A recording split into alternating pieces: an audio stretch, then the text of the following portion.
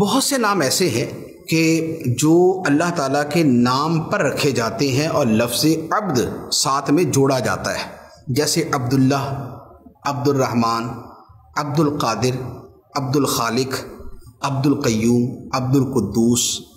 تو اب یہ نام جو ہے یہ عبد کے ساتھ استعمال ہوتے ہیں۔ اب یہاں پر دو صورتیں ہوتی ہیں۔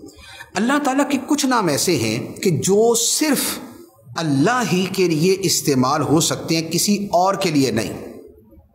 جیسے کسی کو اللہ نہیں کہہ سکتے، کسی کو رحمان نہیں کہہ سکتے، قیوم نہیں کہہ سکتے، خالق نہیں کہہ سکتے، رازق نہیں کہہ سکتے، رزاق نہیں کہہ سکتے، صمد نہیں کہہ سکتے، قدوس نہیں کہہ سکتے۔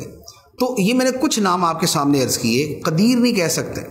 یہ کچھ نام وہ ہیں کہ جو اللہ کے علاوہ کسی اور کے لیے استعمال نہیں کر سکتے۔ اب کسی کا نام ہے عبد الخالق اور اسے کہا خالق، تو وہ خالق تو نہیں، خالق تو اللہ ہے۔ تو لہٰذا اب یہ نام استعمال کرنا، کسی کو خالق کہنا یا رحمان کہنا، یہ اشد حرام ہے، یہ شدید حرام ہے۔ علماء نے ان ناموں کے غیر کے لیے استعمال کو کفر قرار دیا ہے۔ لہذا عبد الرحمن کو ہمیشہ عبد الرحمن کہا جائے، رحمان نہ کہ۔ عبد الخالق کو ہمیشہ عبد الخالق کہا جائے، خالق نہیں۔ عبد الرزاق کو عبد الرزاق، رزاق نہیں۔ تو لہذا یہ وہ اسماء۔ اچھا، کچھ وہ ہیں کہ جس میں وہ نام جو ہے وہ دوسروں کے لیے بھی استعمال ہو سکتا ہے، جیسے عبد الباسط۔ تو لفظ باسط جو ہے یہ اللہ کے علاوہ کسی اور کے لیے بھی استعمال ہو سکتا ہے، اگرچہ یہاں پر عبد الباسط اللہ ہی کے لیے ہے، یعنی عبد وہ بندہ ہے، باسط اللہ۔ تو عبد الباسط باسط کا بندہ یعنی خدا کا بندہ، لیکن خود لفظ باسط وہ ہے کہ جو کسی اور کے لیے استعمال ہو سکتا ہے۔ عبد العلی، عبد الکبیر۔